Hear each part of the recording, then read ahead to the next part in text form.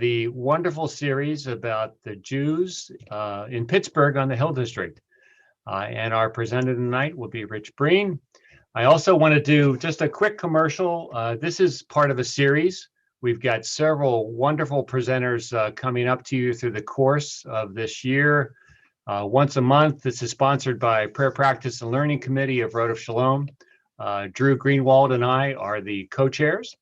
And Salem Lehman, in particular, I'd like to credit him for really creating this series, recruiting all the participants, and just doing a wonderful job pulling this all together for our benefit. So thank you so much, Salem. And Salem taught me, as a way of best practices from his experience in retail, that we need to do a little commercial. So our next presenter is on December the 15th. That'll be Rabbi Mark Mahler, and he'll be talking about Pittsburgh early Judaism.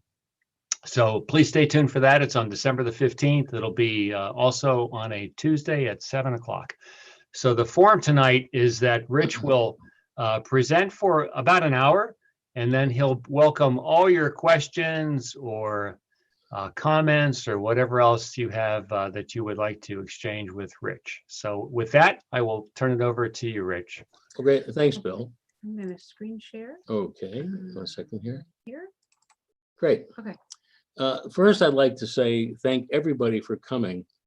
And I want you to know this is the rarest of events. It has not happened for 59 years. The Brean cousins and the Gelman cousins are together again. The last time was my bar mitzvah at Polizetic. And thank you, everybody, for coming. Now, as you'll recall, my Jewish Hill District presentations have 8 parts. We did 3 of them last time. We have 5 parts this time.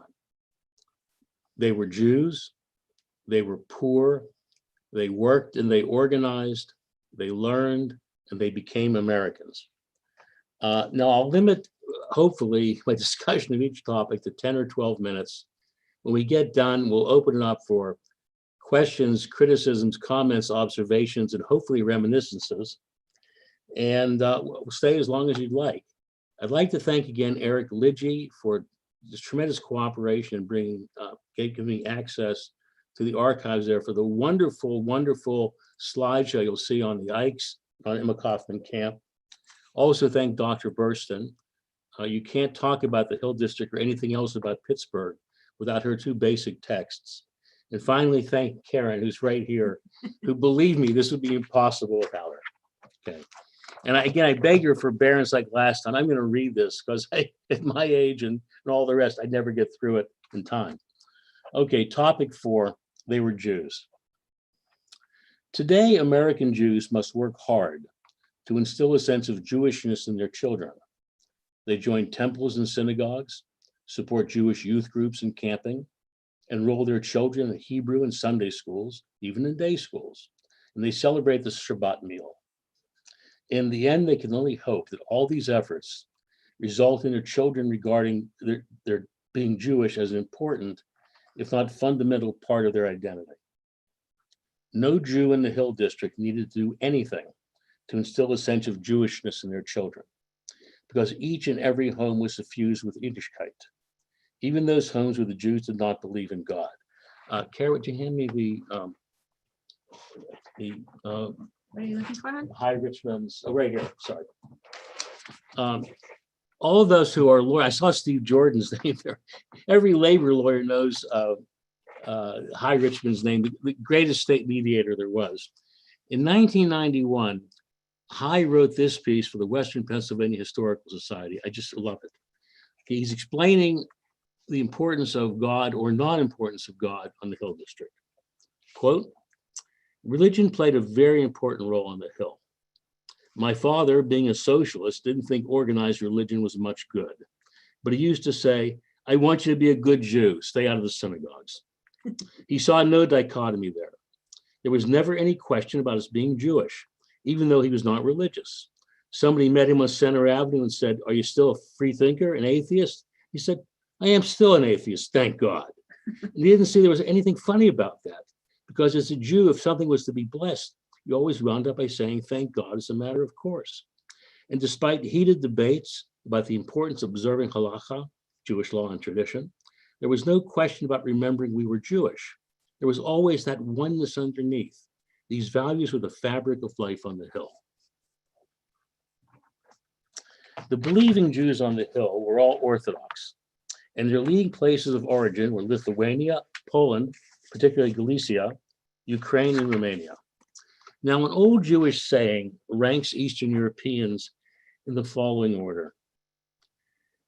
Lithuania produces scholars, Poland produces peddlers, the Ukraine produces teamsters, the Breans were Ukrainians, and Romania produces, well, to spare the feelings of any Romanian listeners, I won't say what Romania was supposed to produce, but I'd like to note that my mother's family, the Gelmans, were Romanian. Between 1883 and 1920, at least 25 shuls were founded on the hill, with the overwhelming majority being organized on the basis of these four nationalities. And they were readily identified by Hill District Jews as Lithuanian, Polish, Ukrainian, or Romanian congregations. The only major exception was Polizetic, which was a Hungarian shul. Now, an interesting footnote I discovered while researching this paper is provided by the fact that one of these shuls, Beth Jacob, a Lithuanian congregation, bought in 1901 the 6th Presbyterian Churches building at Epiphany and Townsend Streets. Now, proving that not only Jews moved from the hill to Squirrel Hill, 6th Presbyterian built its next church at Forbes and Murray, where it thrives to this very day. Now, 4 of these synagogue buildings still stand on the hill. 2 are located on Miller Street, Shara Tefillah, a Ukrainian shul across the street from Miller School. And toggling to here. Right? 1 second. Okay, this will be our first slide, Karen. Yep. Okay. This is right there. Yep. Okay. Yep. This is Shara Tefillah. Now, the second Wait a minute. There you go. okay, fine, great. The second shul, Knesset Israel, is a Romanian shul. It's at the corner of Miller and Caldwell. These are slides 2 and 3. Slide 2. This is Knesset Israel. Believe it or not, it was a Mormon church before the shul bought it. Now the window, please. And this is the window of Knesset Israel. Both of these shuls were talked about in my October talk. A third shul, Kesser Torah, stands at Webster and Aaron, and was also discussed in my last talk. This building was uniformly known to Pittsburgh Jews as the Rag Pickers Shul, in reference to the numerous secondhand clothes dealers who belonged. Zadie Brean sold fruit off a horse-drawn cart, not secondhand suits. But he got a good price on 2 plots in the Kesser Torah cemetery sometime in the 1940s, and now 14 Breens rest on a hilltop in Millvale, with 9 more to follow, including Karen and me. Now, this is Kesser Torah when new, in the Jewish Criterion 1920. Next, Karen. Now, for many years, the building was the home of the Zion Hill Full Baptist Church. However, the building is now abandoned, is up for sale, and Karen took a picture of it last Sunday. Also, again, vulnerable now to destruction. Now, the 4th surviving shul building is Anja Lubavitch, located at 108-110 Aaron Street. It is now the Aaron Baptist Church, and the building is the lone example of a Hasidic shul in the Hill District. Slide 6, please. And this is the old Hasidic shul, the last occupied building. All the rest are in danger. Shara Tefillah the most. There's a Sotheby's sign right in front of it. Now, a 5th congregation, Beth Medrash Hagadol, survives to this day in Uptown at 710 5th Avenue, where it moved in 2010 after its second building, erected on Caldwell Street in 1963, was torn down for PPG Paints Arena in 2009. The shul will celebrate its 150th anniversary in 2023, and it's led by Rabbi Stan Savage and President Ira Frank. We've been members since 1987 when I began saying Kaddish for my father. Now, this is the side view of Beth Medrash Hagadol. Where you can see inside. Right, and you see inside, this was a stained glass building from the Caldwell Street shul. The bima and the ark come from the original shul, 1892 on Washington Street. Now, Beth Medrash Hagadol as every Jew in the Hill District recognized, even those who wouldn't set foot in the place, was the premier shul on the Hill. As Dr. Barbara Burston observed, it was regarded as, quote, the mother of Pittsburgh Orthodoxy, and its rise and decline are well worth discussing. The congregation, which was originally called B'nai Israel, was an 1873 breakaway from Tree of Life by Lithuanian Jews, who found Tree of Life not sufficiently Orthodox. In 1892, the congregation, having outgrown its original downtown shul, moved to Washington Street right next to Epiphany Church and changed its name to Beth HaMedrash HaGadol, the Great House of Study. But from the day it opened, every Pittsburgh Jew simply called it the Washington Shul. A beautiful structure of pure Romanesque style. It was described by Dr. Burston as seating 1,600 people comfortably. Slide 9, please. And here's the Washington Shul in the late 1950s. Right next to it is Epiphany School and Epiphany Church. And again, this was torn down. First, there was a fire in 1960. It was slated for demolition anyway. It was torn down for the modern rerouting of Caldwell Street. At its 1892 dedication, its rabbi was the great Aaron Ashinsky. He would remain the congregation's rabbi with 2 short interruptions until his death in 1954. Slide 10, please. And there's Rabbi Ashinsky. Rabbi Ashinsky, an ardent Zionist, preached in both Hebrew and English and urged the congregation to make common cause with other Jews and Gentiles to alleviate the horrible social and economic conditions in the Hill District. He was the prime moving force behind the establishment of the Hebrew Free Loan Society and the women's section of the Hebrew House for Shelter. Rabbi Ashinsky also forged alliances between Orthodox shuls and Rodef Shalom and Tree of Life that would create, relying heavily on German Jewish money, the Hebrew Home for the Aged, the Hebrew Institute, and above all, Montefiore Hospital. Slide 11, please. This is the original Montefiore Hospital, paid for mostly by Rodef Shalom Jews, at the corner of Center and Heron. Now, the centrality of the Washington Shul with the community is proven by its role as a meeting place for great causes. For example, before the founding of Montefiore in 1908, 1,600 Jews, many of the members of Rodef Shalom, crammed the synagogue in a giant appeal for funds. However, by the late 1920s, the Washington Shul was struggling to survive, as was Orthodoxy in the Hill District. The decline of the Washington Shul and the demise of the other shuls, which I previously recounted last month in my quick history of the Jewish Hill, was ultimately rooted in the fact that the Jewish population left the Hill, and Orthodox Jews must walk to shul on Shabbos and holidays. However, even more importantly, the shuls were crippled by the crisis that gripped Orthodoxy, even while the second generation still lived on the Hill, when it abandoned the requirements of Ashkenazic Orthodox worship that ruled Jewish life for more than 1,000 years. The core of the problem is that the forbidding physical and psychological walls of anti-Semitism that isolated Jews from their surrounding societies in Europe did not exist in America in general or in the Jewish Hill in particular, and the broader American culture irresistibly beckoned to the second generation. The public schools of America supplanted the cheters of Eastern Europe, and whether a second generation Jew's education ended at 8th grade grammar school, high school, college, or professional school, the result was the same. The acknowledgement that secular knowledge, be it in the humanities, social, or natural sciences, was superior to sacred knowledge. Reinforcing the ascent of secular over Jewish culture was the dominance of American popular culture among the Jewish-speaking and among the English-speaking and English literate second generation, which devoured American newspapers, magazines, and novels, attended plays and movies, and was obsessed with sports, especially basketball and boxing, which Jews excelled. This trend of secularization was overwhelmingly reinforced in the 1920s with the advent of radio, which brought the outside Goyish world into Jewish homes 24 hours a day, 7 days a week, including on Shabbos. These factors were compounded by the growing chasm between the second generation children and the first generation parents, who were regarded as foreign and hopelessly out of touch with America. The result was a precipitous decline in Orthodox observance within the second generation. Attendance at daily minyans plunged, and Shabbos attendance precipitously declined. Secular activities surged on Shabbos. The observation of kashrut while still maintaining vitality in the home, was largely ignored outside. The laning of tefillin at home became increasingly rare. Most men shaved. The displaying of tzitzis all but disappeared, and the wearing of yarmulkes was confined to the synagogue and the home on Shabbos. The phenomenon of the high holiday Jew, which was already plaguing Reform and conservative Judaism, had now infected Orthodoxy.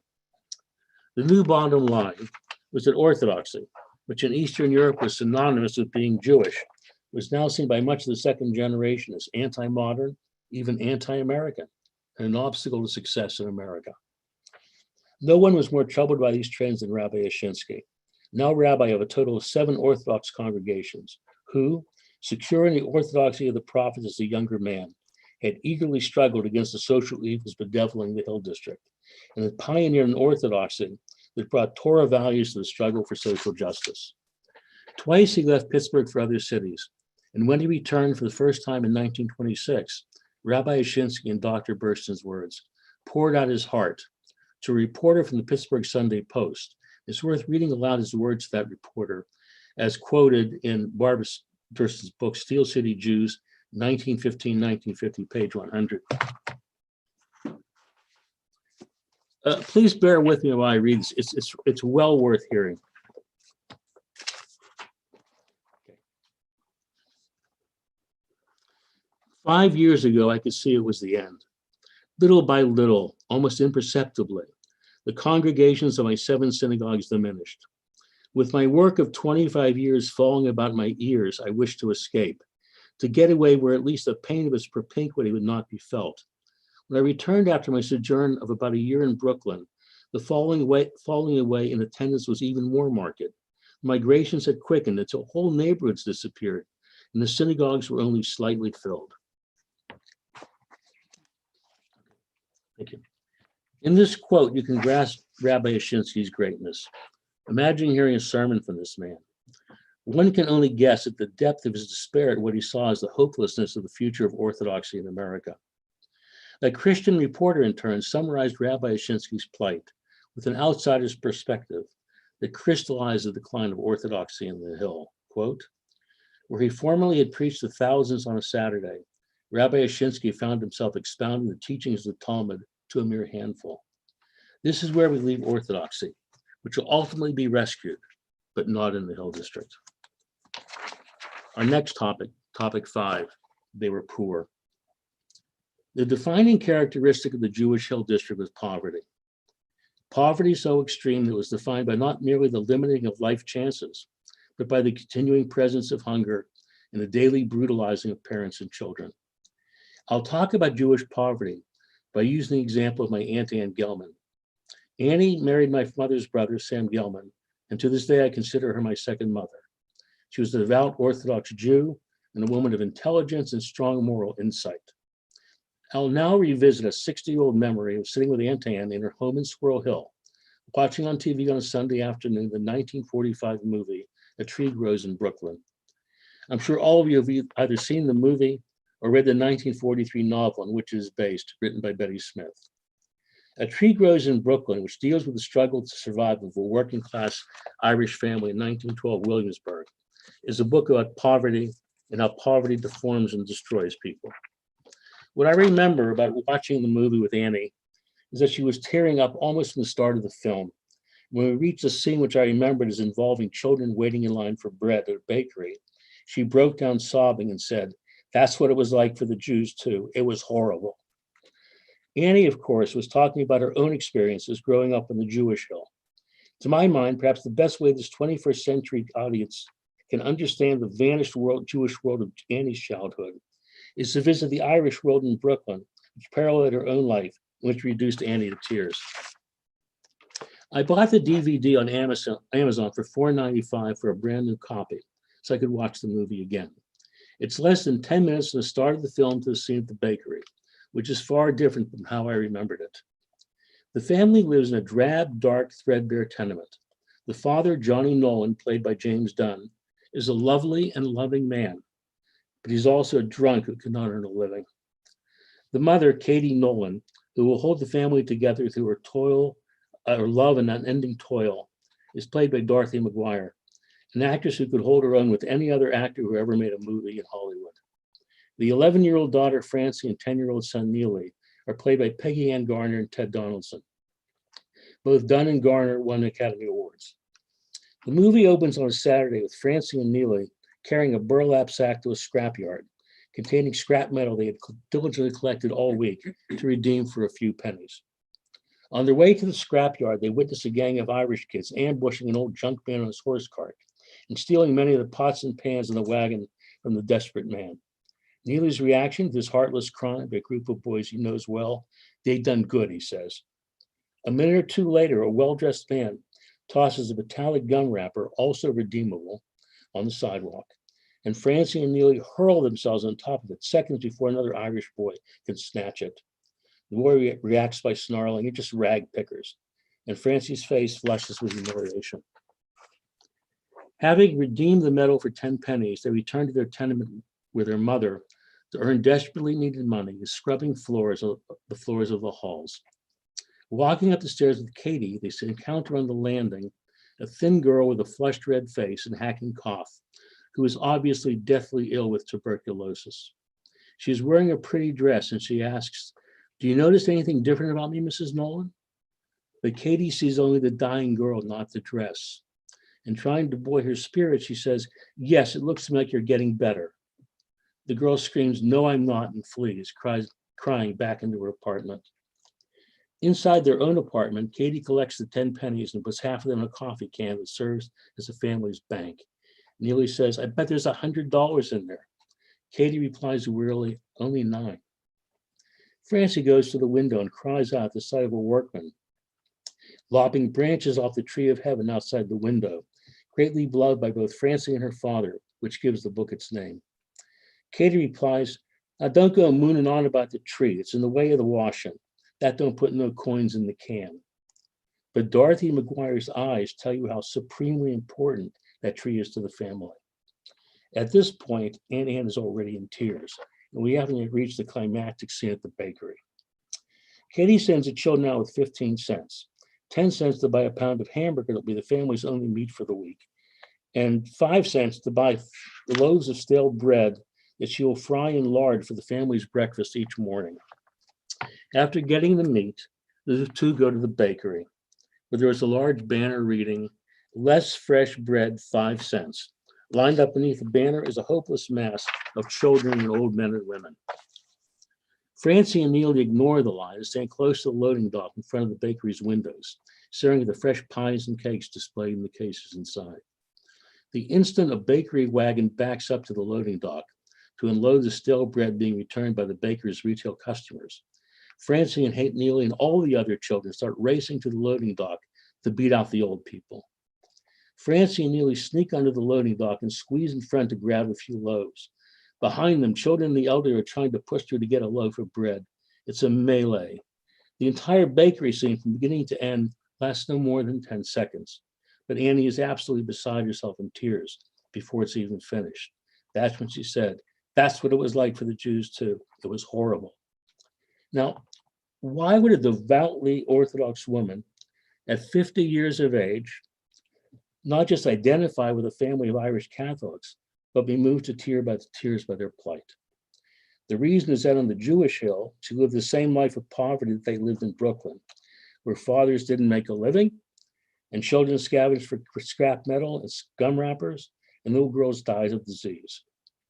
Annie was born in 1909, and this is what Annie's childhood looked like. Slide 12, please, Karen. No, it's not. It's not. There we go. No, the back, sorry, Nope, that's No. the next slide.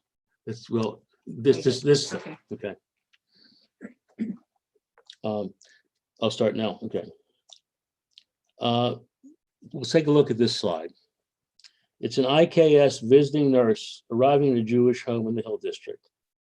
It is obviously the home of a very poor family. Because it is summer, the reason that she is probably there is that typhoid fever, the #1 warm weather killer of children, is present inside that humble house. The year is 1920. Annie was 11 years old, the very same age as Francine at Tree Grows in Brooklyn. Now, Annie lived at the corner of Reed and Robert Street, across the street from New Light Shul and Pasadena Hospital. She was the oldest child of a family that grew to include 8 children. When she was a junior at Fifth Avenue High School, her mother died, and Annie, a fine student, had to drop out to raise the 7 younger children. This is the picture of Annie when she was 16 years old, supplied by her son Larry, who's on watching tonight. Annie's father spent the bulk of his time studying Torah rather than working. There was simply not enough money to feed and clothe the children who were in Annie's exclusive care. One of those children was Gertie Frischman, grew up to be Gertie Broad, who you met at the start of last month's discussion. Eventually, the family was literally starving, and Annie was frantic to try to perform the impossible task of, quote, stretching pennies into dimes. And she prayed for a miracle. Then the miracle came. She opened the door early on a Friday morning, and there was a huge basket of food outside that would feed the family for a week. Her father's response was to scream at Annie to throw the food away immediately because it was treif, since there was no way for him to know whether it was kosher. A loud, violent argument broke out, with Annie fighting for the food as a mother, not a sister. As the argument grew louder and all of Robert Street heard what was going on, an African-American neighbor came over shouting that she had seen the basket dropped out by the Jewish men in the truck, which is how she referred to the men of Lechem and Niyam, the Bread for the Poor Society, the charity whose trucks bore no identification, which anonymously dropped off food every Friday morning at hundreds of Jewish homes in the Hill District, each basket containing at the very least a wonderful Shabbos dinner, and in dire circumstances, like that of the Frischmans, food for the week. In the Frischmans' case, the baskets kept coming week after week until the family got back on its feet.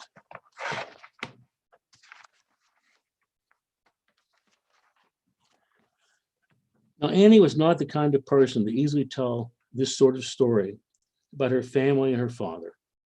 And she only told it to me at our father's Shiva in 1987 because Lechem and Niyam had been my father's favorite charity, and we listed as the preferred charity to receive donations. Annie said that just seeing the words Lechem and Niyam in his obituary, it compelled her to tell me the story out of respect for his memory, and the countless coins he had put in the Lechem and Niyam cans that were everywhere on the hill. Now, Lechem and Niyam was a charity that saved Jews from the worst of poverty. But of course, it could not change the reality that resulted from the brutal collision of big families and paupers' wages. 3 forces would end the horrific poverty that Annie knew as a child and young adult in the Jewish Hill. First, the coming of Franklin Roosevelt's New Deal after 1933, with its conferral of legal recognition on unions, the enactment of the minimum wage, and the creation of a system of public welfare payments and unemployment insurance. Second, the rise of Jewish unions even before the New Deal, which I will discuss as our next topic. They worked and they organized. Third and finally, the ever-expanding educational attainment of the Jews on the Hill, which allowed them to transition to better paying occupations, which I will discuss in topic 7, they learned. Topic 6, they worked and they organized. Before 1900, the most common job of Pittsburgh Jews was peddling, typically of housewares and dry goods. Excuse me. As the Jewish population of Pittsburgh grew from 13,000 in 1900 to 50,000 in 1920, a Jewish proletariat arose. In most cities of the Northeast, the Jewish proletariat was employed in the garment industry, which by 1915 was heavily organized by 2 unions with large Jewish memberships which were led by Jews, the International Ladies Garment Workers Union and the Amalgamated Clothing Workers. In Pittsburgh, because of the omnipresent smoke, garment production was limited to making work clothes, and no garment union ever organized more than a fraction of the city's limited number of garment shops. However, Pittsburgh had an industry, stogie making, which is comparable in importance to the garment trade in other northeastern cities. During the period 1890 to 1920, it was the 5th largest industry in Pittsburgh. Virtually all of the owners were Jews, as were 80% of the workers, and most of the production occurred in the Lower Hill District. Everything that could possibly be wrong with an industry was wrong with stogie making. which involved the production of very cheap, long and tapered cigars. First, the work was exceedingly simple and required virtually no skilled workers. As such, production could occur not only in factories, but in the home, which encouraged the use of virtually unlimited child labor, as entire families worked together in teams making stogies. Second, the wages were miserable. An entire family working a 12-hour shift could often not even make a living. Third, the worst conditions were in the home workshops, which were beyond the purview of both state inspectors and the union. But even in large unionized factories, where most of the employees were women, the working conditions were abominable, as described by Dr. Burston. Quote, they were places of overcrowding, tedium, extreme stress, poor sanitation, filth, and limited to no ventilation, end of quotes. The result was raging tuberculosis among the workers. Slide 14, please, Karen. This is a stogie factory. This is considered clean. You can see the residue everywhere on the floor, and there would be tobacco dust floating through the air. Now, the labor unrest sweeping Pennsylvania, Western Pennsylvania after 1910 led to a spate of organizing drives by the radical industrial workers of the world in steel and other industries. By 1912, stogie workers formed in the Hill District, IWW Tobacco Workers Local Number 101, known everywhere as 101, which recruited as members 1,200 of the 2,000 stogie workers on the Hill. A 1912 strike at a selected few shops yielded only modest gains. A year later, a 1913 strike by 50 employees at a single employer became an industry-wide labor dispute, where the non-struck employers locked out the employees at every single local 101 shop. It was estimated that 90% of the striking and locked out employees were Jews. Even though the local newspapers refused to even mention the labor dispute, Local 101 built support through rallies and marches through the Hill. And it was the local population of Hill District Jews, both religious and socialists, that was open to the union's appeals for social justice, which provided financial support for the strikers. The issues in the strike went far beyond wages. The photo of picket signs contained in the book Images of America, Jewish Pittsburgh, edited by Dr. Burston, stated, these were the picket signs. One sign, quote, I won't work in consumption breeding hells. And another, we are dying of consumption while our exploiters are rolling in luxury, both carried by young women. As the labor dispute dragged on for 4 months, the smaller shops began to agree to the union's demands. And ultimately, an industry-wide settlement was reached, with all but one recalcitrant employer that granted the strikers' main demand for a $1.50 to $3 weekly raise that allowed for the first time the making of a living wage by stogie workers. Over the next 15 years, the stogie industry slowly disappeared from the Hill, partly because some employers left for low-wage areas like West Virginia, but largely due to the increasing popularity of cigarettes. However, local 101's success in lifting stogie workers out of starvation made a deep impression on Hill District Jews, as did the success of Hebrew Bakers Union Local 44, and organizing by 1910 all significant Jewish bakeries in the Hill, and negotiating in 1914 a master agreement that generated living wages, decent benefits, and limited working hours. Slide 15, please, Karen. This is Kaplan's Bakery, the largest bakery on the Hill, and they're making matzahs. Another local 44 shop on the Hill was Filner's Bakery, which we talked about last month. Now, the Hebrew Bakers Union later went on to organize all the significant bakeries in Squirrel Hill as well. If you ever had the joy of shopping at Rosenblum's, Silverberg's, Lieberman's, Tischerman's, Herman Brothers and Hoffman, or Waldorf bakeries, all of blessed memory, you were patronizing a local 44 shop. Now, we have no time this evening, or probably in the next week, to review the infighting among socialists, communists, and anarchists that greatly weakened Pittsburgh's Jewish labor movement. However, the resulting ideological ferment created in the Jewish Hill District's second generation an inclination to join or at least support unions after the passage of the National Labor Relations Act of 1935, unleashed a burst of organizing by both the unions of the American Federation of Labor and the AFL's left-leaning rival, the Committee on Industrial Organizing, popularly known as the CIO, that had broken away from the AFL. An excellent example of the impact of the New Deal unions is provided by the example of our mother's family, the Gelmans.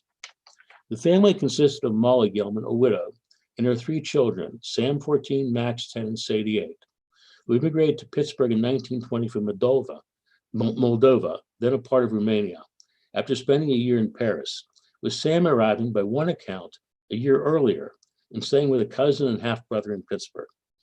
Bobby Gelman, all 4 foot 6 inches of her, supported her family by baking bread in her kitchen for sale to Hill District grocers. The family was very poor, and each child went to work as soon as he or she was able. Sam began working at a dairy in the Hill as soon as he arrived in Pittsburgh. His formal education in America was limited to night school. He was hired by Westinghouse Electric when he was 18. He worked as a coil winder at the East Pittsburgh plant until he retired in 1971. Max completed 8th grade at Miller School, but never went to high school. He was hired at 16 by Philip Stein and Company, a Jewish-owned wholesale grocer in the Strip. He was a truck driver at that company until his death in 1970.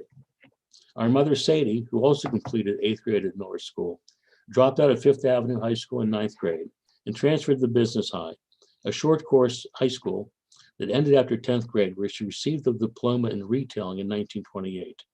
She immediately went to work at Kaufman's department store, where her first job was assembling boxes. She was among the first, if not the very first, female assistant buyers at Kaufman's. She rose through the ranks to full buyer and resigned from the store in 1946 when my brother Bob arrived. This is a photo. Oh, slow. Sorry. This is a photo proof of our mother in 1940, when she was 28 and a full buyer at Kaufman's. The final photo, which was lost, was a second anniversary gift that she gave to our father. Now, both Sam and Max were strong union men. Sam enthusiastically supported the CIO's United Electrical, Radio, and Machine Workers in its organizing drive at the East Pittsburgh plant in the late 1930s. And Max was a volunteer organizer for the AFL's Teamster Local 249 in the bare knuckle struggle in the 1930s to organize truck drivers in the Strip. The fruits of collective bargaining changed both men's lives. By 1940, supported by 2 set union salaries, the Gelman family was able to leave a tenement on Robert Street and afford to rent, if only barely, a row house in Squirrel Hill on Darlington Road between Whiteman and Murdoch Streets, a distance of 4 miles and 2 worlds. Our mother, even though supervisor at Kaufman's, played a key role in helping the CIO's retail, wholesale, and department store union to organize the store. So you can get a sense of her. I've explained how she came to become an assistant buyer in 1936 or 1937, based on an account provided to me by our mother when I was still at Alderdice. In those days, Kaufman's had a simple hierarchy for hiring assistant buyers, the lowest management position in the store. If at all possible, male relatives. Next, male German Jews from Rodef Shalom. Then, male Eastern European Jews. And finally, white Christian males.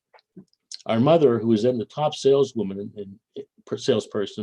in housewares, was assigned to the task, in her words, of, quote, training some idiot guy from Rodef Shalom to take the job I deserve, end of quote. And no offense intended, folks. Quote, having it up to my ears, she marched up to E.J. Kaufman's store in the office on the 10th floor, all 4 foot 10 inches of her, and told him, quote, I can do everything that little jerk can do except one thing. We both know I'm the best person for the job. She got it on the spot. A few years later, during the RWDSU drive to organize Kaufman's, Sadie, then a full buyer of giftware, went into action on behalf of the union. Believe it or not, her actions were completely legal under the pre-Taft-Hartley NLRA, which allowed supervisors to pressure employees to join unions. One of the RWDSU organizers was Lois Hepps, a sales clerk at Frank and Cedar, a downscale department store across Smithfield Street from Kaufman's, who went undercover as a union plant at Kaufman's to sign up workers. She was our beloved Aunt Lois, who, along with her husband, Sam Hepps, and our parents' friends, Grace and Mady Leff, and Goody and Dinah Levy, bore the honorific aunt and uncle. Here, now, next 17, right. Whoops. Now, here's a picture of Lois, who's right there on the right. Goody, standing next to Lois. Our mother in the middle, our father, and an unknown date who Uncle Goody was dating. He was a bachelor until he was in his 50s. Now, this photo was supplied by Lois's daughter, Nancy Newsom. Now, Lois was a regal woman from an old Rodef family, the Claters. She was also a Union Red Hot. As recounted to me by our mother in that same conversation in high school that I previously referenced, she told me that the Union drive was failing and Lois asked her if she could help out a bit. Sadie did, in spades. Assembling the giftware sales force, which included employees from the Vendôme, the exclusive part of the store, she passed out the Union cards and gave an ambiguous ultimatum, part inducement, part threat. Quote, "Your life will be a whole lot better if you sign a card," end of quote. The employees took the hint, and by that afternoon, the word had spread through the store that the Vendôme was with the Union, and the organizing drive came back to life. 2 days later, Sadie was summoned to E.J. Kaufman's office, and here's the dialogue, as reconstructed as best I can from my memory of my mother's account. E.J., Sadie, you got to stop pushing the Union, your management. Sadie, some management. I can't even afford dessert on the 11th floor. That was a fancy part of the store. E.J., which dessert? Sadie, apple pie with cinnamon mist ice cream. It costs 25 cents.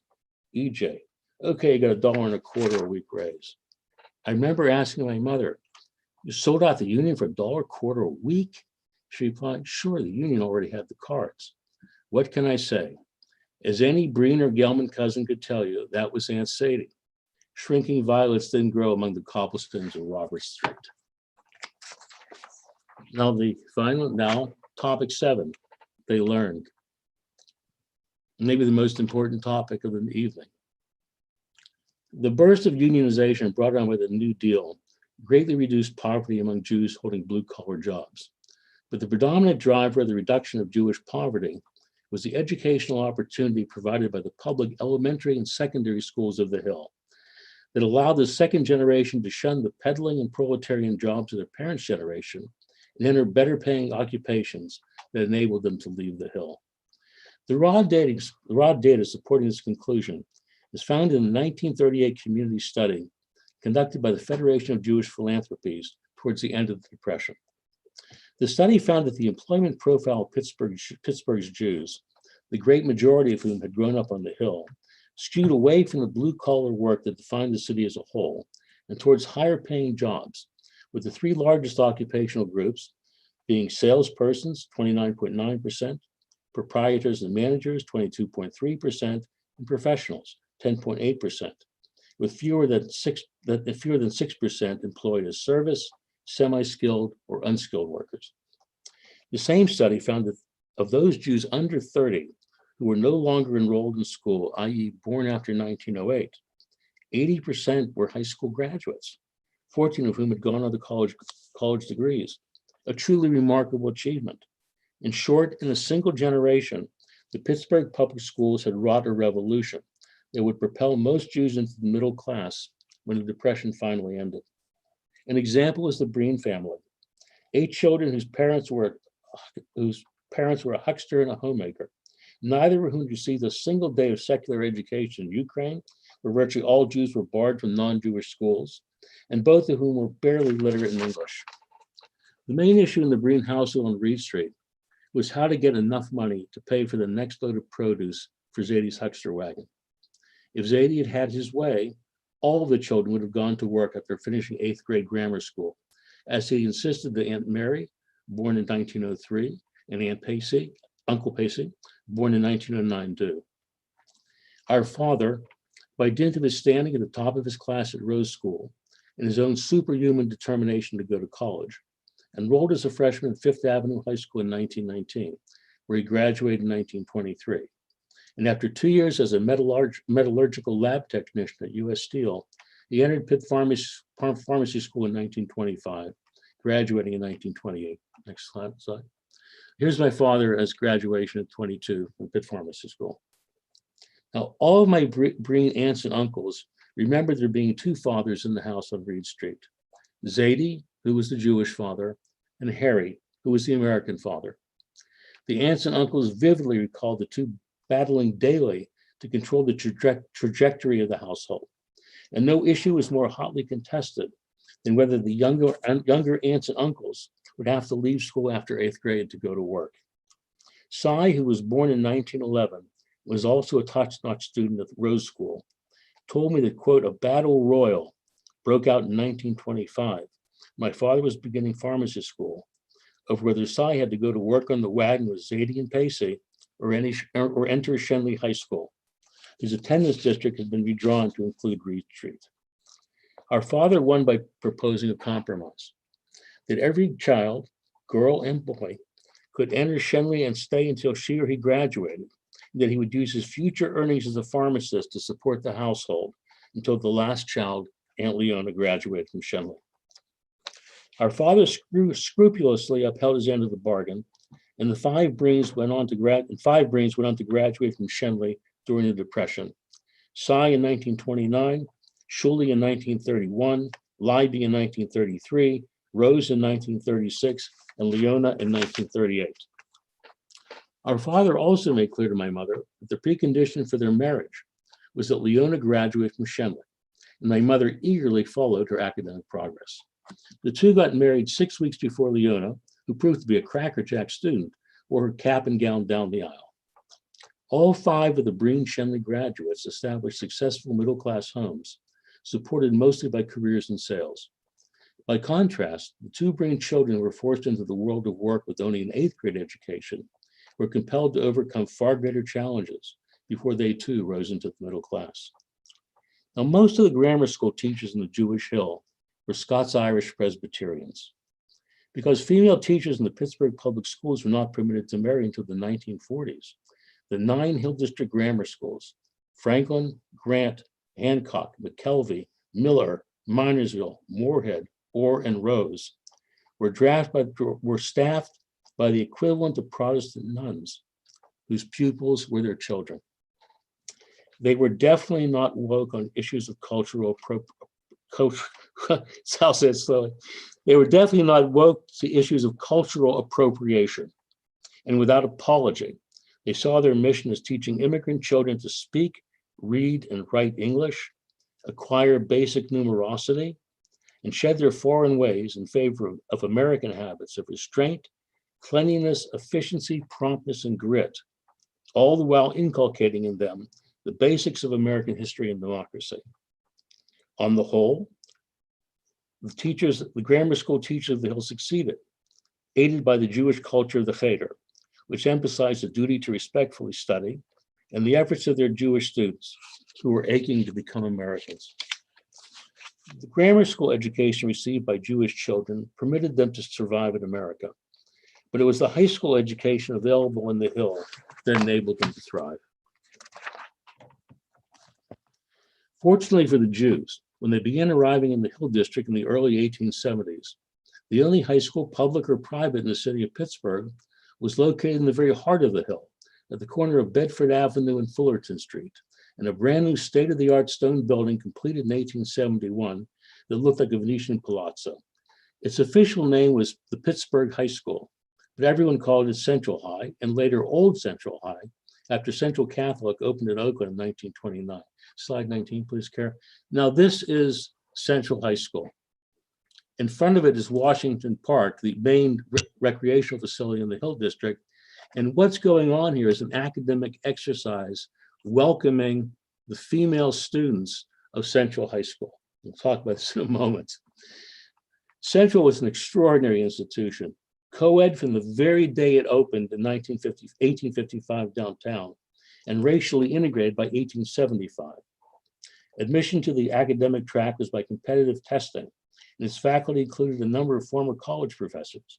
After 1900, Willa Cather was a member of the English department, and several of her early stories are set at Central. By 1890, half the student body was drawn from Pittsburgh's Protestant and German Jewish elites, with the remaining half composed of striving sons and daughters of Pittsburgh's working class, many of them immigrants, including a significant number of Hill District Jews. When Fifth Avenue High School opened in 1894 in the Hill District, at the corner of Fifth and Dinwiddie, as Pittsburgh's second high school, it attracted an overwhelmingly Jewish student body from the Hill. 20, Karen? This is Fifth Avenue. We know it well. It still stands. built in 1894, and you can buy a condo there today. It'll be standing after Monroeville Mall rots into the ground, okay?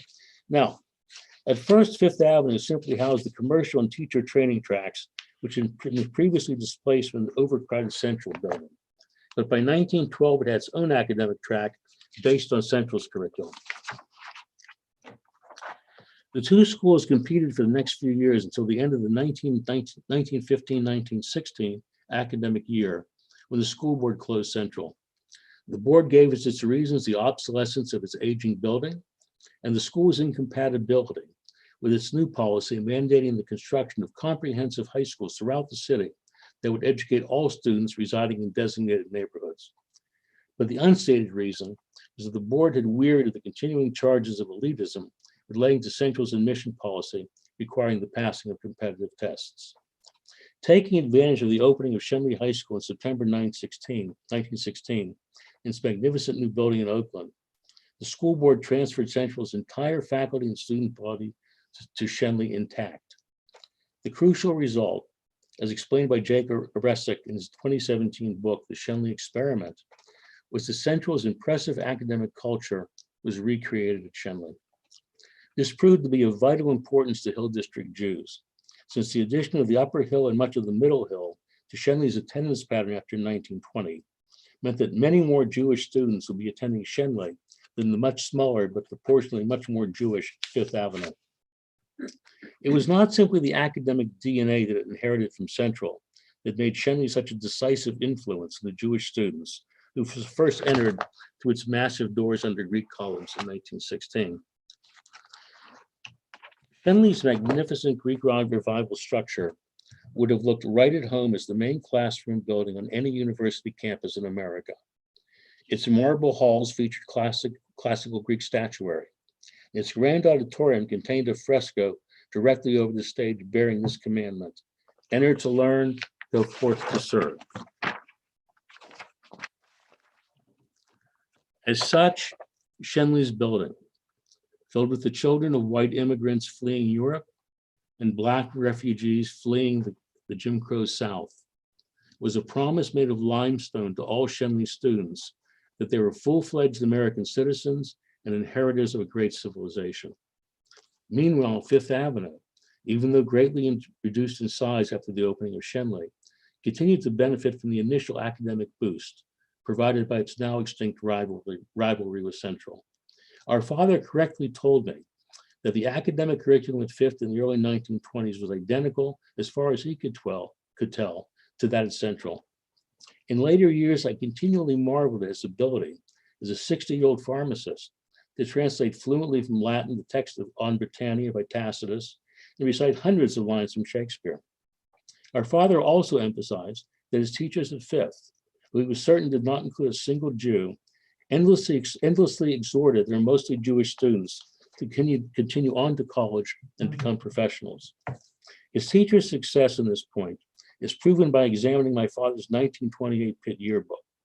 157 graduates are listed for the pharmacy school, of whom no fewer than 20 came from a single small high school in an impoverished city neighborhood, Fifth Avenue. As for the now extinct Central, its worn-out building went on serving the Jews of the Hill District even after it closed as an academic high school in June 1916. It reopened in September 1916 as Business High School, which offered a 2-year program in retailing, stenography, and office practice. Attracting a heavily Jewish, mostly female enrollment, including our mother, it operated until 1933, when its course offerings were transferred to the neighborhood high schools. The building was finally demolished and its beautiful stones were broken up for use in building homes, in exclusive Virginia Manor in Mount Lebanon. What I haven't shown you or talked about at all are the great slides on Shelley. Yeah, I Okay. started showing them. Here we are. but here's- I'm sorry. That's okay. Here is a postcard of Shenley in all its magnificence. Next. This gives you a sense of the size of Shenley. This thing is 4 times the size of Fifth Avenue High School. Next. This is what greeted you when you walked in the door, and there are 25 more of these statues. So overall, every kid who walks the door. And next, look at this. This is the auditorium. Enter to learn, go forth to serve. As Uncle Si told me, you walked in the first day of the entire school and you were greeted by the principal. You'd walk past the statues. You sat down here, you sat here, and the message was, you are an American. This belongs to you. Take advantage of it. They did. Okay. Now, yes. So we'll go to the IKS Yeah, slides. yeah. That's about 8 o'clock, but Yeah. also the footer on some of the photos, I just realized when I added the IKS photos, somehow I must have applied to all. So if people Oh. want the sources for the photos, we can get them to them afterwards. We'll do this very I quick. screwed No, up. this is topic 8. They became Americans. The Pittsburgh Public Schools served as one of the two great Americanizing forces for Hill District Jews. The other was the IKS, which, unlike the public schools, was seen as an integral part of the Jewish community. The Ikes, under the leadership of Executive Director Sidney Teller, saw itself as fulfilling 3 very different missions. The first involved nothing less than saving the lives of Hill District Jews. And I talked about this mission in my first talk, which dealt with the visiting nurse service under the direction of Anna B. Heldman, the Milk Well, and the Infant Nutrition Program. The second mission involved improving the lives of Jewish adults and families by providing social welfare casework services, as well as occupational training and recreational activities, including supporting Yiddish cultural programs. This programming, which includes sponsorship of more than 100 clubs catering to every possible interest, from gardening to socialism, proved invaluable to Hill District Jews. Unfortunately, I simply don't have time to talk about them tonight. The third mission, which I will talk about this evening, involved the Americanization of the second generation. And at its heart was a suite of activities that are generally referred to in social welfare rubric as group work. The most obvious portion of the Americanization program was the injection of American themes and patriotism into IKS programs. For example, the Ikes elevated American holidays, such as Memorial Day, 4th of July, and Labor Day, into major celebrations. And the American flag was conspicuously displayed within the center and at all Ikes events. The less obvious part of the Americanization effort was the offering of programming designed to replace the second generation, the ghetto mentality of Eastern Europe with an American psychology that would replace the physically weak boys and exclusively home-centered girls of the shtetls with physically fit and assertive boys and community-oriented, emotionally strong girls capable of succeeding in the competitive American society. Much of the programming encompassed both genders, including Emma Kaufman Camp and Harmony, PA, and arts programming in drama, music, painting, and sculpture. The programming directed at boys featured a highly developed physical education department designed to produce athletes capable of winning citywide championships in basketball and swimming, as well as teaching skills in boxing and self-defense. The girls' program was much more diverse, exposing them to a wide range of American endeavors, absent in Orthodox homes, and comparable to those cultural pursuits available to girls in middle-class America, such as arts and crafts, fashion, dance, and participation in female-oriented social programs and festivals. The IKS copiously photographed these activities. I'd like to share with some of these images for about the next 10 minutes. So should I just go? Yeah, slide each one? Now, I need the guide, though, Care. Oh, okay. Or do you want- Is this should be the, 1 second, I'm sorry, let me look here. Here we go. Okay. Yeah, it should be on, you're starting on slide 25. 25, yeah. Oh, it's okay. Well, here is the main Ikes building, 7 stories high, dwarfing the current JCC in Squirrel Hill. Next slide. This is the whole campus, the original building, the athletic wing, and the auditorium finished in 1930. The cornerstone for the expansion was laid by Rabbi Goldenson himself. Next. This is the staff of the Ikes in 1935, 50 people, 20 of whom lived at the settlement, nurses, social workers, nutritionists, physical education teachers, truly devoted to the cause. Continuing. Now, again, the patriotism. This May 1925, 3 girls at the settlement. Next. This is Uncle Henry Kaufman, whose daughter was Irene, who gave much of the money for the center. This is 80th birthday party. Again, the flag prominently displayed. Next. This is the honoring of the Allied victory in 1919. Next. This is soldiers of 1922, honoring again the victory of the Doughboys. Next. Pledge of allegiance to the flag, which unfortunately looks, this is in the late 1920s, very much like the Nazi salute. Next. This is the true Ikes of the boys. Basketball defined the place. 1941 champions. Next, 1929 champions. 1923-24 champions. 1921, 1922 champions. As my uncle Arnold Feinberg, if he were alive in this car, would tell you, and we bit the shit out of all of them. The Lithuanians down in Soho, the Poles over down the south side, the black kids at the Center Avenue Y, they could beat everybody. Okay, going ahead. One of the great activities of the Ikes, and produced many, many swimmers at Pitt, led by Nady Kaufman, was swimming. Here is a 7th grade team, unknown date. Next, a swim carnival from 1931. Next, diving from 1938. Next, baseball behind the Ikes, unknown date. Next, something useful for the Hill District, teaching people to play pool. Okay, next, the teeter board, 1923. Next, teach them to fight, July 1932. Next, baseball champs as well. Shenley had a terrific baseball program for years. The majority were Jewish kids from the Hill. Okay, next, the famous Samuel Rosenberg, who taught the art, the great American artists of the mid-20th century, but handled the Ike's art program. Next, painting class. Next, late 1930s, same thing. And here's sculpture classes in 1920s. Okay, moving on. This is a completely verboten, totally trafe activity. This, folks, is Halloween, October 31st, 1923. Don't tell your parents. Okay, next. This is children's drama.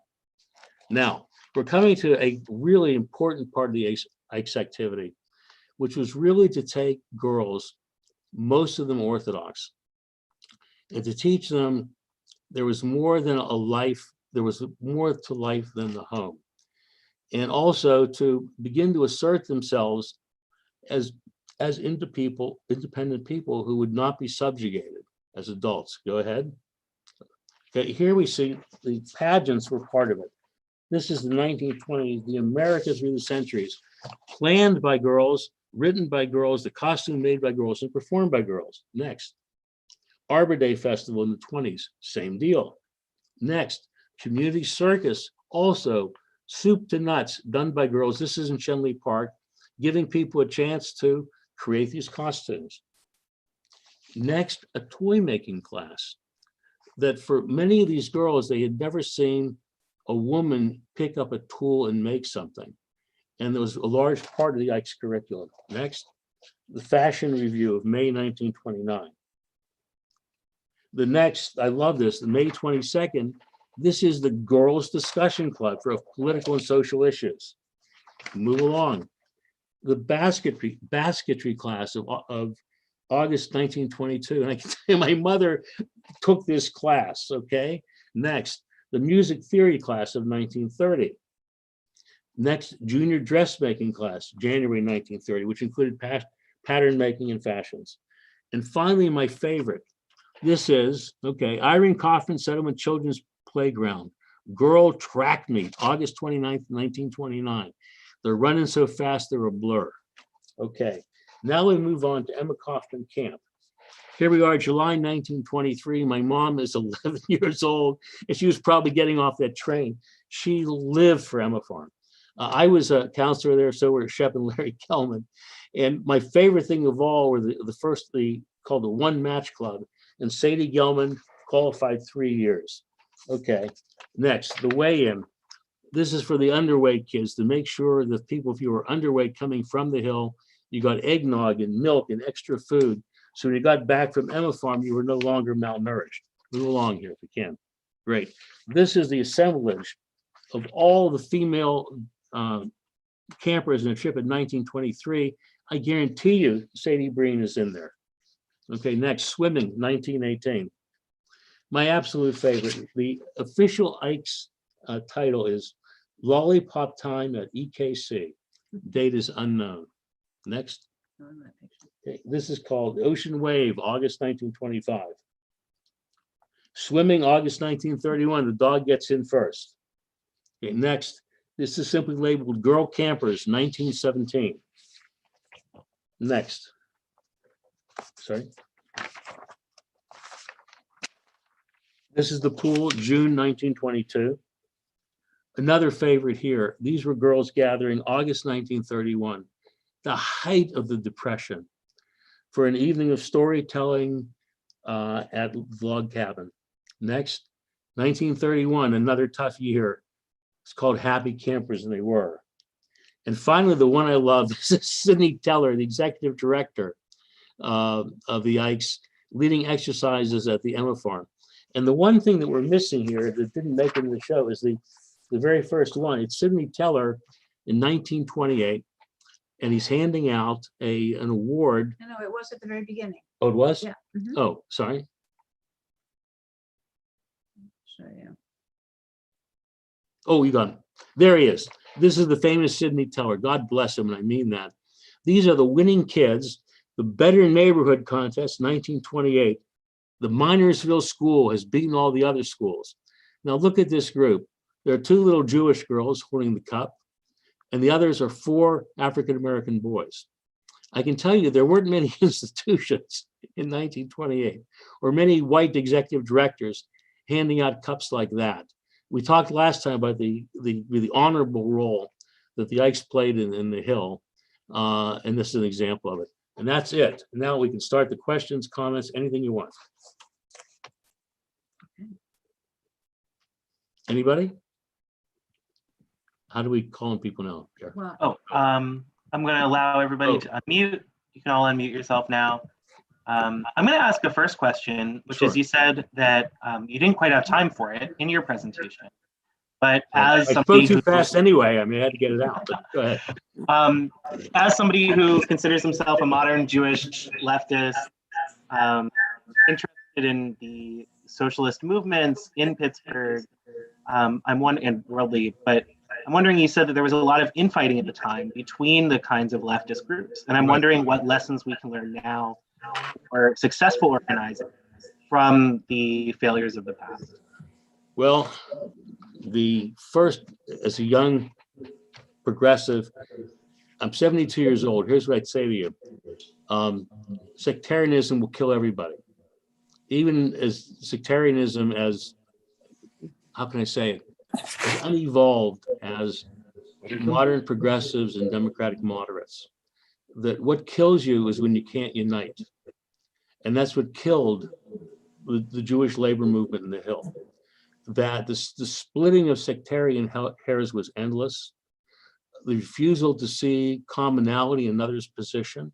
This sounds familiar with, for example, the Squad versus Connor Lamb. It should sound familiar. That you have to work through these things. That's the key the key lesson to take from all of this. And the other lesson is probably the success of the Hebrew Bakers Union, which lasted for 75 years until the supermarkets killed it, where you organize an entire industry and you get as much as you can without killing the shops. But that's what I would say. Thank you for that advice and for a hero to look at. Thank you. Any other questions? Oh, Hey, Rich. yes. Yes. So my dad would sort of smile and was tickled at the notion that his father, who was of Romanian descent, would say that Romanians are horse thieves. Right. Well, that's what it said. That was the missing. Okay, I was checking. Thank you. That's interesting. Right. So Rich, I have a question for you. Yes. It's Carol Beth. Oh, hi, Carol Beth. Hi. I don't see you, but your voice. my Carol Beth is here. My great grandfather was the shamus and then to Michigan. oh, she's right. I'm sorry, Carol Beth, can you hear me? Yes, we can hear you. Right. No, don't say. Hold it. Hold it. Wait a minute. I'm gonna make life easier. I'm gonna take off my speaker. Okay. So my great Zadie was the shamus of Carol Beth, we lost you. Howard joined Hamid Gadol. Oh my Oh. God. Don't say. Oh, Carol, I'm sorry, we missed a lot of that. Could you Can start you hear over? me? Start over now, I think. Okay. All right. Hopefully, my Zadie, my great Zadie, was the shamus of Beth Jacob Right, years ago in like the 10s and 20s, 1910s and 20s. right, which was a How did rival. Beth Jacob join Beth Hamikdash Hagadol? That's what I want to know. Oh, what happens is they were bitter enemies. And no offense to your Grand Zadie, but Ugh. Beis Yaakov was like a downscale version of the Washington Shul. They were both Lithuanians. They were 2 blocks apart. They were rivals. Shara Torah was there also Lithuanian.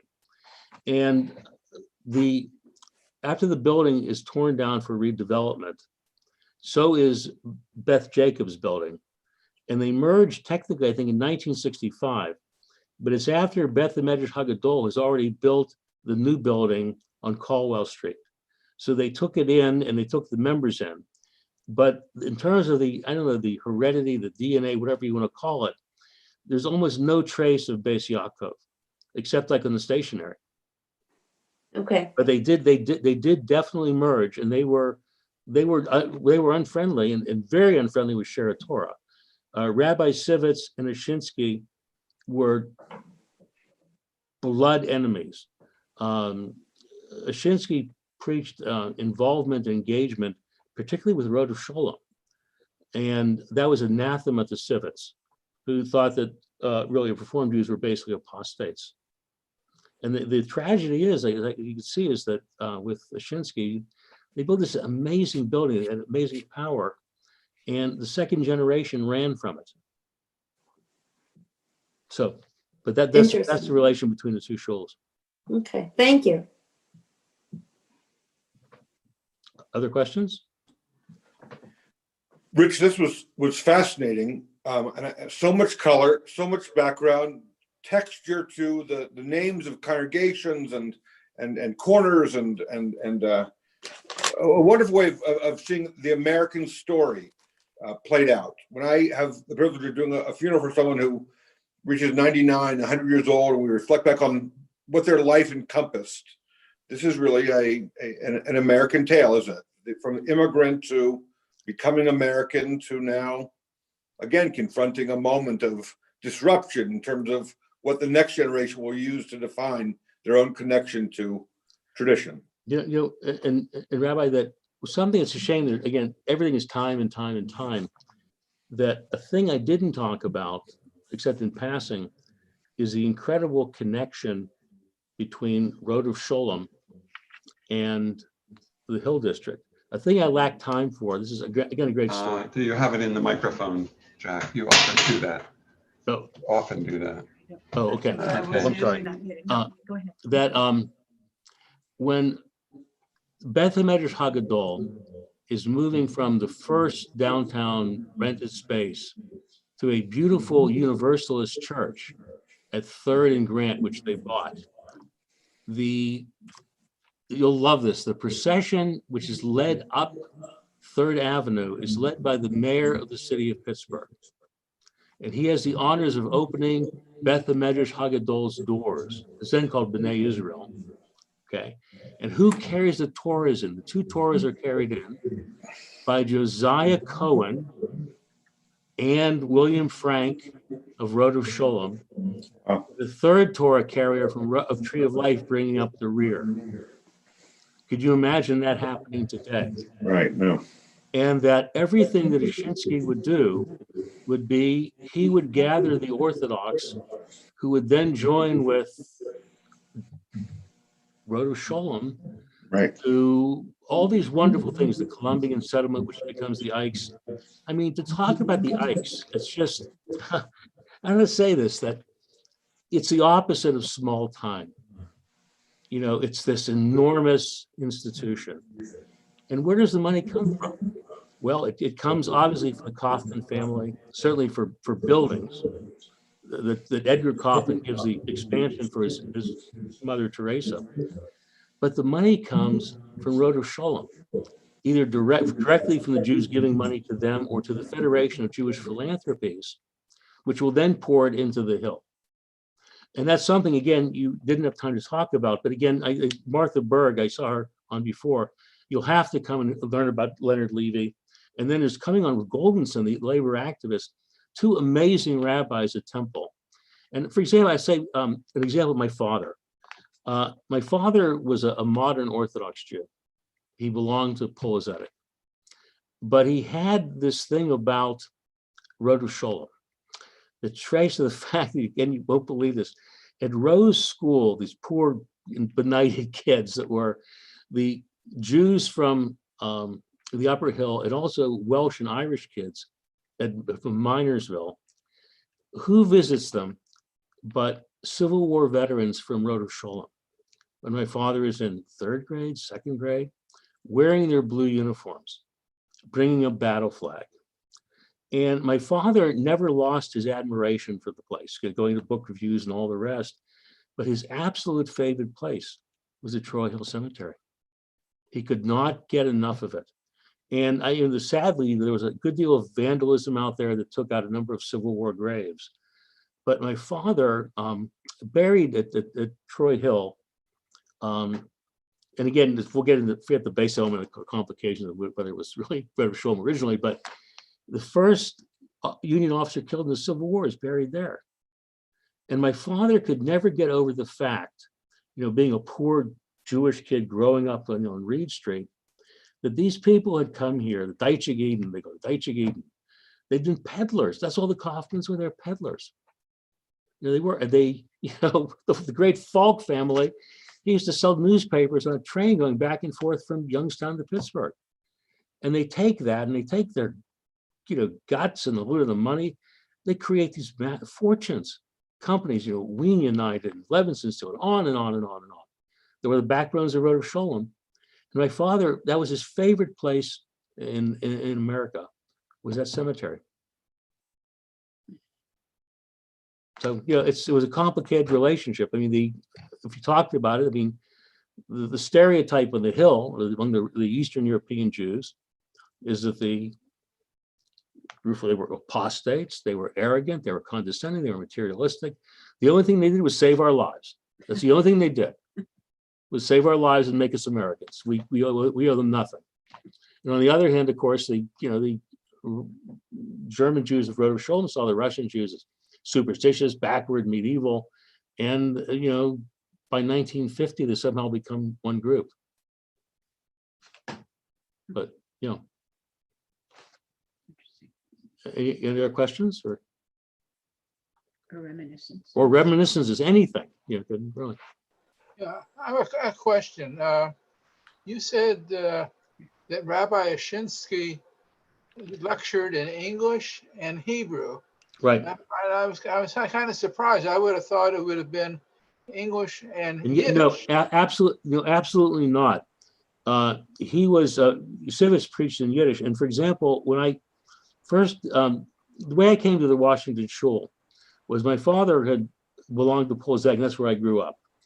My father had suffered from Alzheimer's, and it's as if he never existed. Nobody ever visited from the shul, nothing. But Stan Savage, who was the rabbi at the Washington Shul, also did work at the Hebrew at the home, and that's how I got to know him through my Uncle Arnold. And I started going there, and a wonderful bunch of men at the Minyan then, and they're all gone. But the Washington Shul is like the oil, like on Hanukkah, that somehow 10 Jews keep showing up for the Minyan, even though all the rest of them died, but somehow new people emerge. But when you went there, the oldest sitters, and they were Yiddish and in English. Sorry, Yiddish and Hebrew. There was no English translation. And it's not till they got that great Phillips translation from Harvard that they buy maybe 1915 is when the books come in English. But he really was not, Ashinsky was not a Yiddishist in that sense. He really thought that we were Americans now, and that Yiddish culture was a link to, this is another point with Sivitz, was a link to Europe. That Hebrew was a legitimate, the language. The interesting thing also about the Washington Shul is they had sitters that were purely in Yiddish. Do you know who they were for? Women. Yeah, they had what, the Hebrew and Yiddish. No, just Yiddish. Just Yiddish. They were for women completely. Right, because they were never taught Hebrew. Yeah. That's right. Yeah. Let me ask you about the Ikes too. Didn't the Ikes have a feeding program and a music program? I mean, I'm thinking of milk Yeah. program, and then The they taught feeding instruments there. Yeah, the feeding program, that's one of the keys to the Hill. Jewish mothers and immigrant mothers in general did not feed their children in a healthy way. Children were fed like little adults when there was food. And one of the things they weren't given, they were taught completely, maybe now it's back in style, is once children were weaned, they never had milk. And that led to all sorts of problems of weak bones, undergrowth, malnourishment. And what the Ikes had was called the milk well, which was constantly milk available if you're poor for free, if you're middle class, whatever, for a penny or two. But that they insisted on constantly weighing kids, as part of the program, and they fed people. And then the music program was phenomenal. Again, I couldn't find many pictures of that, though. There were various levels of orchestras and popular bands, jazz bands, and there's a real kind of on the Hill and lots of other places, this fusion of klezmer and jazz. If you know the great trumpeter Ziggy Elman, he started off as a klezmer musician, and the Ikes was open to all this stuff. It wasn't, and they also had free lending instruments, a whole library of it. So yeah, that was actively taught. It was also reinforced, of course, in the high schools. But Fifth Avenue and Shenley had very, very strong music programs. And one thing I was going to say, I didn't have time to talk about. I found on a thing called Dick's List, which is great for yearbooks, a 1927 Fifth Avenue yearbook. My father was 1923, but this was reasonably close. It's like the New Yorker. These kids, it's about maybe 3/4 Jewish kids. The rest are Black, Italian, what they call Syrian, the Lebanese Maronites, and one, God bless her, one great Anglo-Saxon, Myrtle Jones, in the class. And there was this liveliness to it of people on the go. Every kid had this clever poem describing them. They capture people in 5 or 6 words. And they were very much aware kind of ethnic differences, but it wasn't, how can I say it? They were all immigrant kids on the rise. And it's a little bit misleading because you have to remember that most kids in the 20s still weren't going beyond grammar school. For example, in my last talk, I talked about a neighborhood called Soho, which has now all but disappeared. But it was an Eastern European Christian neighborhood to the east of the Hill District.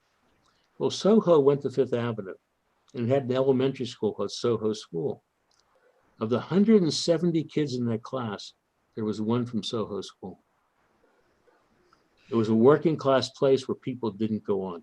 Oh, there's some questions here. There's that question. Somebody asked, where can they find a map of the old Hill District surviving synagogues? Because they'd like to be able to see them. Oh, Sue and Davina. Hi, Sue. I would say another Polish refugee here. We're both, we still PTSD. Now, Sue, the best way you can do, there are tours that they put together, but I could tell you exactly where they are and how to get there. Well, somebody also put a link in the chat of the Jewish congregations and synagogues. Oh, right. Those are the actual history of all of them. And the 4 here, two of them are right on Miller Street, right off Center Avenue, near the old side of the center. You got all three. And the other is on Aaron and Webster and on Aaron Street. I could do it for a second on a map.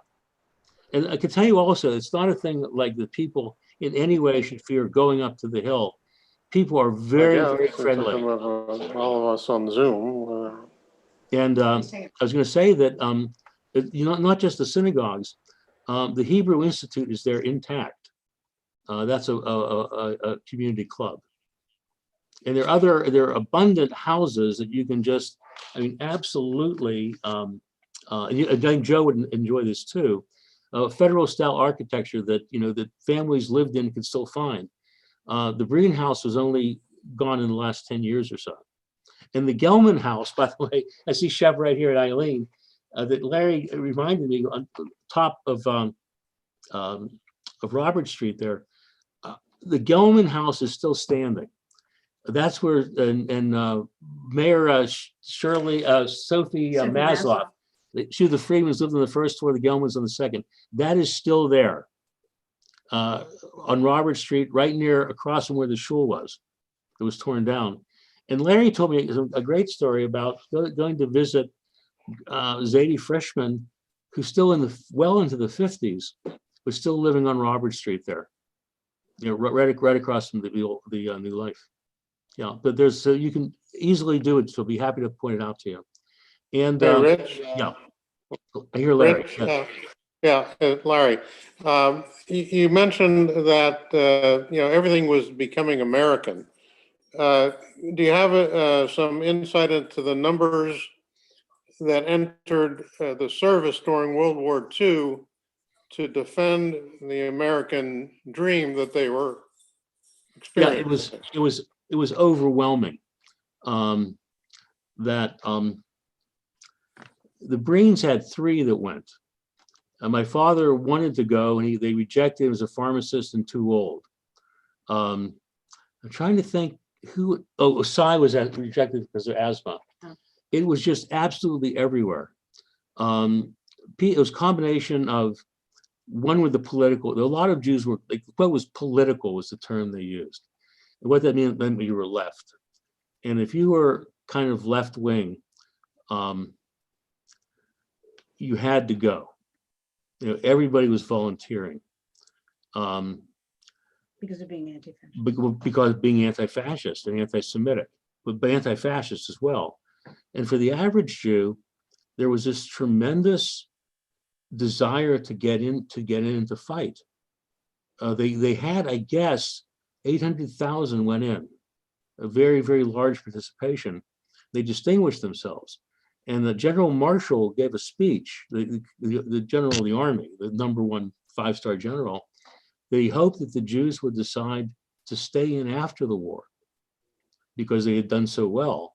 But many of them, depended on the service, talked about, there had been certainly anti-Semitism, particularly from Southern troops, but they were, they overwhelmingly fought. For example, my cousin Sidney, went in and was wounded in Iwo Jima. And I don't know if John or Jay Schwartz are on the line here, but their father, our cousin Normie Schwartz, he's the oldest member of my generation and is the son of Mary, the oldest Brean. Now, he was a student at Peabody High School and born, I guess, in 27.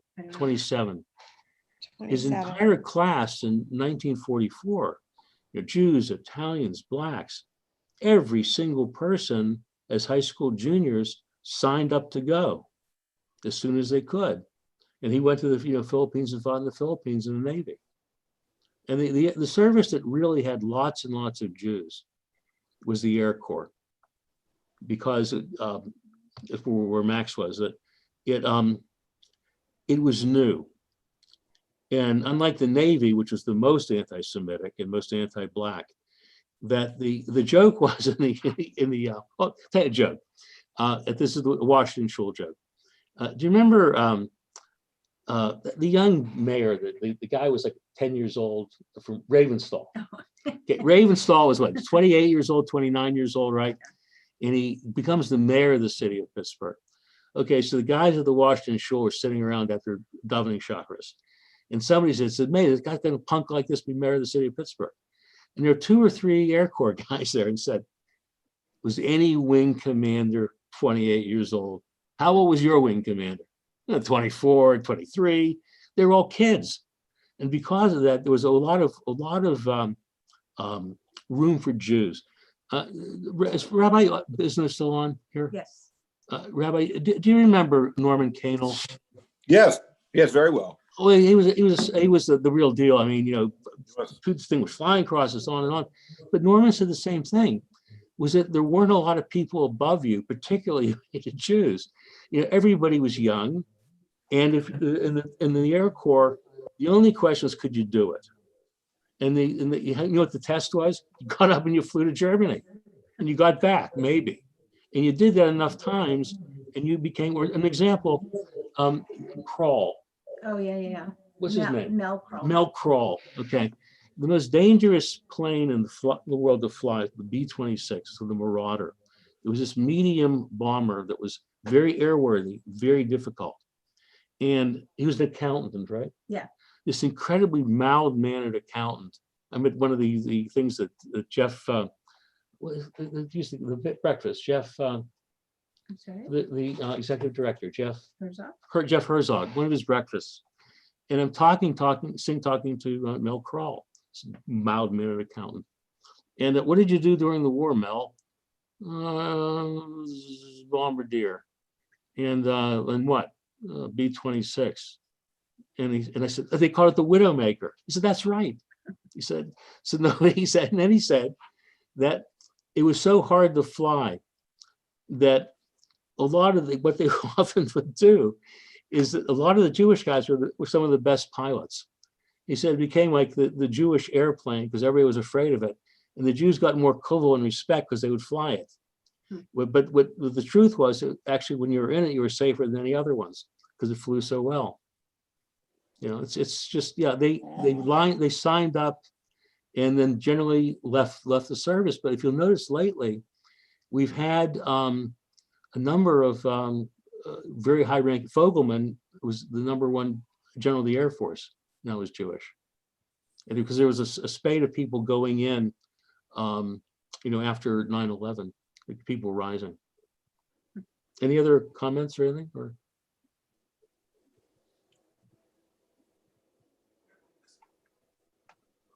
Can I ask you just a curio kind of question? Will you draw Giant Eagle as a plumb line through this history? Okay, grocery. Yeah. I don't know if you saw the first lecture. The first one was, I knew them all from the Hill. Okay. Okay. And the Shapiras fall in that same classification. And the people are now dead who could say, I knew the Porters and the Shapiras, and they didn't have 2 nickels to rub together. And Lawrence's and the Weizenbaums. Yeah, right. Also, and all, it starts in the Hill District. That's okay grocery.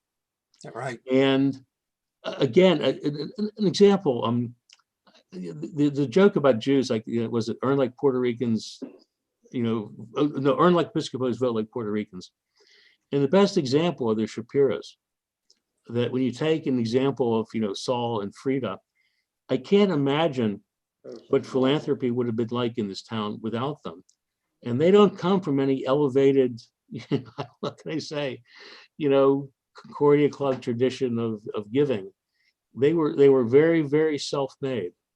But part of the secret of their success was that they were progressive enough to deal with the union and not fight with it. Both at 249 with the Teamsters and then with, I guess, Local 7, of the UFCW inside the stores. And that was part. But it's there's this kind of self-made, and it's not just them, there's a whole bunch of these companies. Schreiber Trucking started there, lots of them did. And I liken the Jews of the Hill District. They remind me most of not so much the South Asians, who are typically coming from a pretty elite background in India, but a lot of East Asians, and not, again, wealthy kids whose parents come who are doctors, But the people who start, in Queens, like at Sunnyside, who work in the restaurants, who drove cabs, who came from not just from nothing, but where there was no freedom. And that's what the Jews of the Hill were like, that they came from either the Russian Empire or the Austro-Hungarian Empire. They weren't allowed to go to school, or if they did go to school, there were these incredibly limited, quotas that were held against them. And they come to America. And for better or worse, there's maybe too much freedom, of the old, pre-World New Deal days of companies, but there's freedom and there's education, like two streams of water, this parched earth. And the way the Chinese kids, coming from the humblest of circumstances, at Stuyvesant in high school and passing tests and going on and rising from nothing. That's what happened with the Jews. And it really, it's almost a one generation phenomenon that by the time they're off the hill, they're going to take the education they had on the hill and it's going to propel them into the society. It's so difficult to convey, I think, to people now that we think of somebody with a high school education as a failure. He has only, or she has only a high school education. The greatest difference in the world is between an 8th grade education and a high school education. And to prove that, you have to look at the armed forces of World War I and World War II. World War I was, if you could call it a grammar school army, was partially a literate army. Many people couldn't read well. Okay? And they had to do things with cartoons. They had to do manuals that they draw how to do it. By World War II, it's a high school army. They can read, they can work from tactical manuals. They can service the most complex airplanes, ships, engines, motors, things that were well beyond the World War I fighting force. And even beyond that, think of what you would be like if you had gone into the world never having read the things you read in high school, whether it's The Power and the Glory or the Brothers Karamazov, or it could be Moby Dick and on, or studying history, or having some sense of science at a level, study mathematics, okay? And these schools, that's why I emphasized these amazing high schools and what they did. God bless them. Shenley turned out 2 Nobel Prize winners.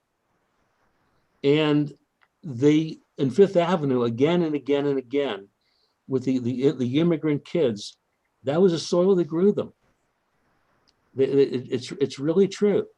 And if somebody, asked me what lesson you could take from, like the lectures or whatever, or this or that, I would say, don't forget the Pittsburgh Public Schools, because they made our community. And if you live in the city, send your kid to one. We sent Molly to Alderdice, it was great. There's a lot to support here.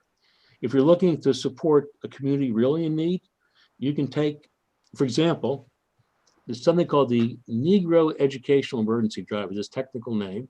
And it started by, of course, Aaron, the Shapiras were the big, founders of it in 1963. Okay, what you can do for $2,000, you can create a scholarship. And what is a scholarship? It's called a last dollar scholarship. That what NEED does is, believe it or not, there are many, many, many kids in Allegheny County, African American, who can't afford to go to community college. They just can't, even with the $5,000 in the Pittsburgh Promise, because they have to work, et cetera, et cetera. What NEED does is give what's called a last dollar scholarship. And the only prerequisite is, not even this, you graduate from a high school in Western Pennsylvania, an African American, and they'll give you the last $2,000, $2,500 to get you into school. CCAC, maybe a historically Black college or university. That's something to think about. And I guess maybe my sense of history, when I go past these schools even now, the flutterings of, and a quick story. The Breans live on Reed Street. Okay. Now, right across the street opposite is LaPlace Street, and A. Leo Weil School is there. Now, A. Leo Weil, this is something, Martha, I hope Martha Berg is still on. Martha, he's worthy of your efforts. He is, I believe, from Temple, and a Pittsburgh politician, a councilman, and A. Leo Weil School is named for him. It's built at the end of the Depression in the 1930s. It's right across the yard from the Breans.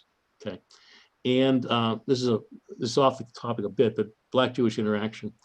That same yard, leading towards A. Leo Weil, is the Turrentine family. Does that name ring a bell with anybody? Stanley Turrentine, one of the great jazz musicians, the Jazz Hall of Fame, and there's the apartments in the Hill District named for him. And here's a true story. This is the Pittsburgh Press carried it, but I knew it from before, okay, because Zadie told me. Okay, in World War II, all the Breens are gone. The house is virtually empty. A lot of women have returned to live there. Aunt Rosie's back in there, Aunt Mary, others as well, but because everybody's in the service. And Zadie was a huckster, and his horse was a blind horse, always had a blind horse. They were cheap, but very obedient. And with all the Breens gone, Zadie, who did not have a racist bone in his body, bonded very much with Stanley Turrentine, who lived across the alley. And he would curry the horse and water the horse and feed the horse, and loved to ride on the wagon with by Zadie, all the things the Breen boys were embarrassed to do, of course, many years before. Okay, so Stanley goes to the shoot 'em ups at the Roosevelt movie theater, the big movie house on the hill. And he spends an afternoon watching people jump on and off horses bareback. Okay. And he comes back to the Reed Street, and it's at Shabbos and Zadie's sound asleep. And so Stanley, barebacked, hops on the blind cart house horse. Giddy up, ho, hey, let's go. And he begins walking his route. He knows exactly where to go, okay? And as Stanley himself said in the press article, there's this little black boy hanging onto this big, huge cart horse. It's clomping down Center Avenue and can't be stopped. The cops are trying to get the streetcars out of the way. Everybody's trying out of the way. And finally they say it's Mr. Brean. They run and get my grandfather, and he runs 5 or 6 blocks down Center Avenue and stop the horse. So that was the Black Jewish interaction. He never would have left that house, but his shul closed. I figured it out from the thing that you gave me, the list of the shuls that Lidji had. It was on Wiley Avenue, right opposite Reed Street, and that's when he came out to Greenfield, to Windsor Street, when they closed the shul. But it was, yeah. But I was going to say, but all these buildings, they speak to you. There's so much. There's a building, and I do mean this, that if we, look, we have enough problems in our community. Do you know, by the way, do you all know that Charles Morris is closing the nursing home? Yes. we've heard Okay. that. Now, we're a community, I guess, that can't support the nursing home after, time to wrap up. Anyway, says, okay, we will wrap up just 1 minute. But look at it, no, seriously, look at it this way, okay? All right.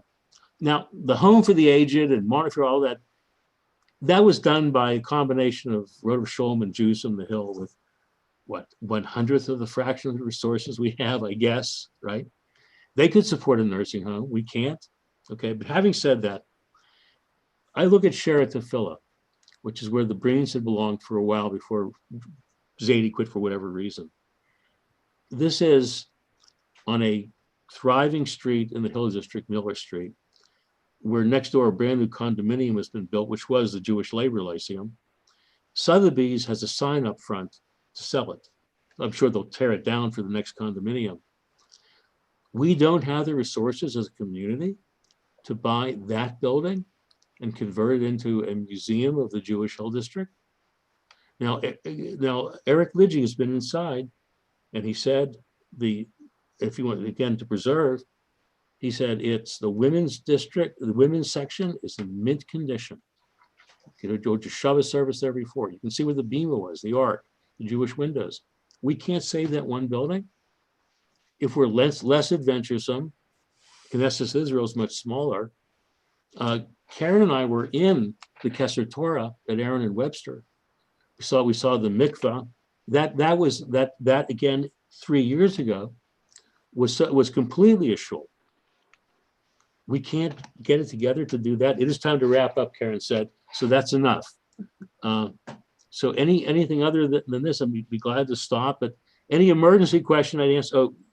Any emergency question I'll answer too. It has to be answered. I'm glad to see John Schwartz is on there too. Great.